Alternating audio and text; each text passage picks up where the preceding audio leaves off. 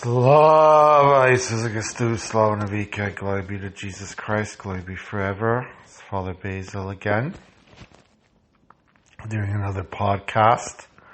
And remember, we're still going through the book of Genesis. And we're now starting chapter 11, just after the flood. And Noah's sons who repopulated the earth with their families, and that's where we ended up last time. So today we're going to talk about chapter 11 of the book of Genesis. Now the whole earth had one language and the same words. And as they migrated from the east, they came upon a plain in the land of Shinar and settled there. And they said to one another, "Come, let us make bricks and burn them thoroughly." And they had brick for stone and bitumen for mortar. And they said, "Come, let us build ourselves a city and a tower with its top in the heavens. And let us make a name for ourselves. Otherwise we shall be scattered abroad upon the face of the whole earth." The Lord came down to see the city and the tower which mortals have built. And the Lord said, "Look, they are one people, and they have all one language, and this is only the beginning of what they will do. Nothing that they propose to do will now be impossible for them. Come, let us go down and confuse their language there, so that they will not understand one another's speech."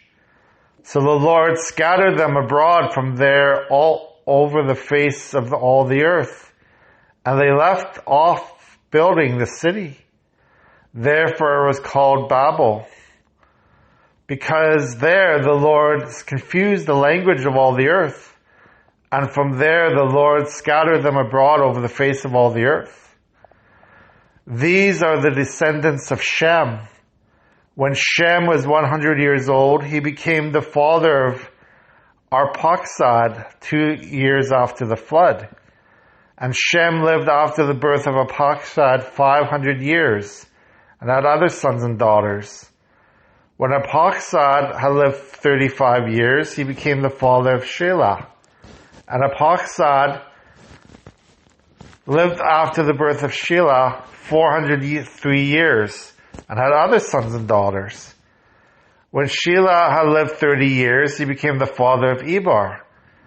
And Shelah lived after the birth of Eber 403 years and had other sons and daughters.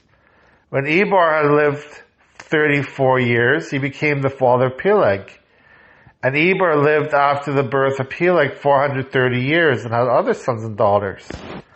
When Peleg had lived 30 years, he became the father of Reu.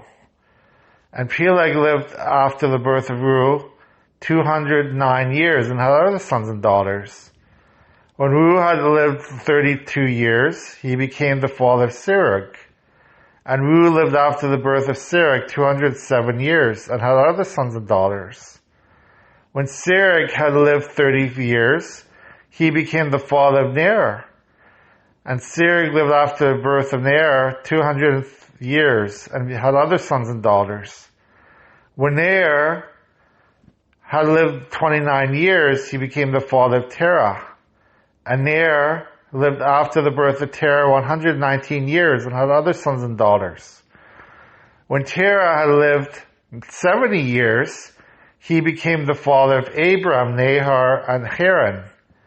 Now these are the descendants of Terah. Terah was the father of Abram, Nahor, and Haran. And Haran was the father of Lot. Haran died before his father Terah in the land of his birth, in Ur of the Chaldeans. Abram and Nahor took wives. The name of Abram's wife was Sarai, and the name of Nahor's wife was Milcah. She was the daughter of Haran, the father of Milcah and Iscah. Now Sarai was barren and had no child. Terah took his son Abram and his grandson Lot, son of Haran, and his daughter-in-law Sarai, his son Abram's wife, and they went out together from of the Chaldeans to go into the land of Canaan.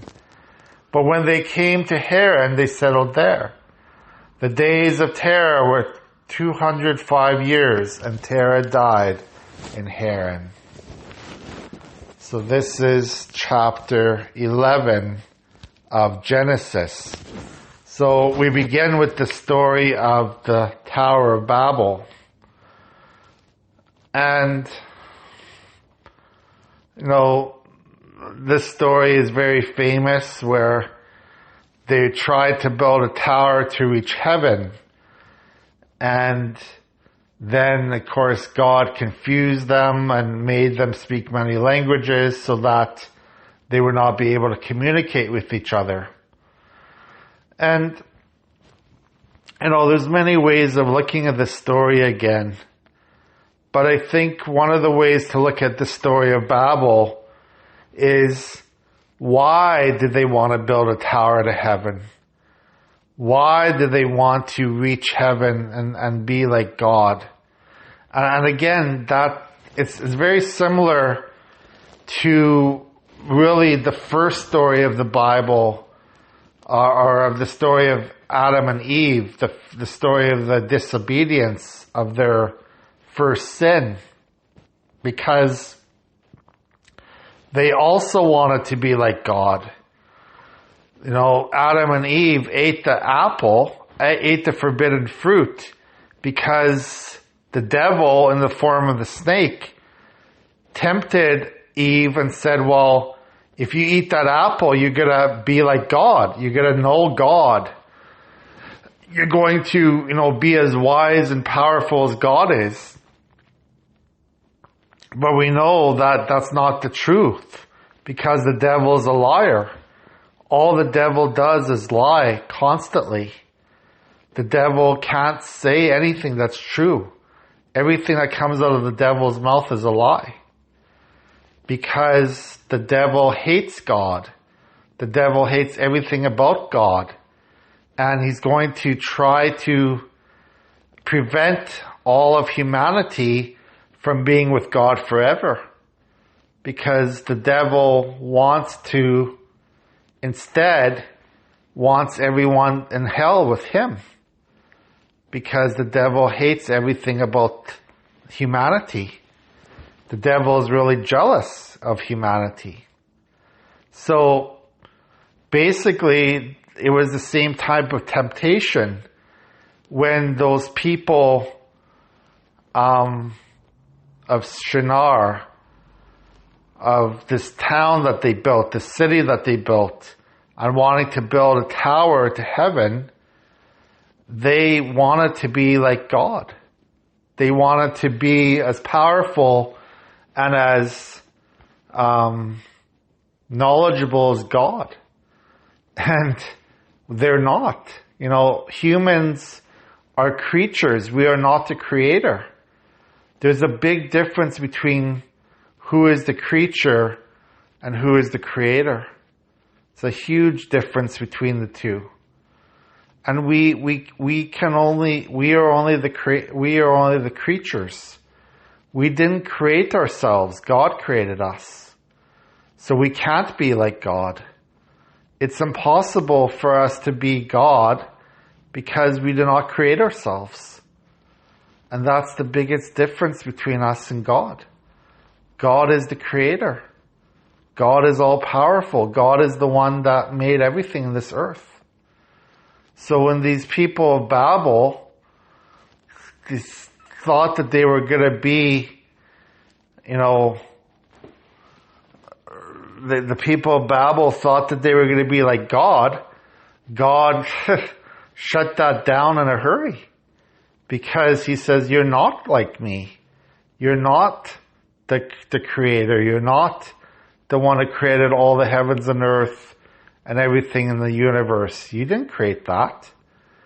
So God decided to confuse these people and spread them around the world so that they would, have different languages and different cultures, so they can never, their power was diminished in a hurry. So I think the story from this Tower of Babel is that those of us in this world who think that we can be as powerful as God are going to be humbled very, very quickly.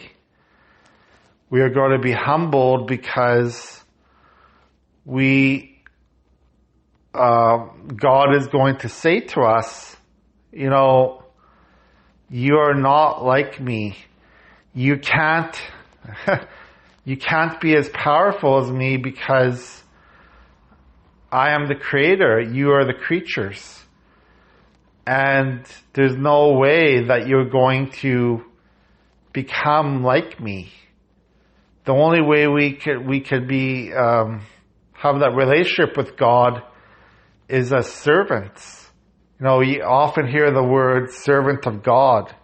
What does it mean to be a servant of God? Even Jesus, the Son of God, was a servant, suffering servant. And a servant of God means that you are totally humble to God's majesty. You're totally humble to God's power.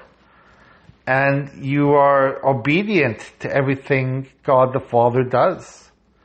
You're obedient to God the Father's will in our life. And those people who tried to build the Tower of Babel to reach the heavens were not obedient to God. They were actually very disobedient.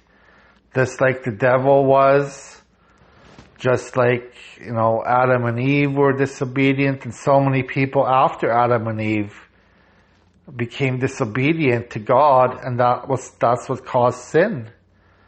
That's what caused original sin to happen in this world. So, when we think that we are in control of the world, when we think that we are in control of everything and don't need God in our lives, this is when we get into the most trouble. We get into the most trouble because we are not being servants of God. We think that we are going to be kings. We think we're going to take control of the world and everything has to be done our way. And God's going to humble us in a very big hurry if we think that way. He's going to humble us very quickly if we think that we can control everything ourselves. Because we won't. We won't have control of eternal life. We won't have that control. So, the Tower of Babel is very, very interesting. But the main point of this is that we have to become servants. We have to become humble to God's will in our life, and not to think that we are going to be as powerful as God. Okay? God bless you.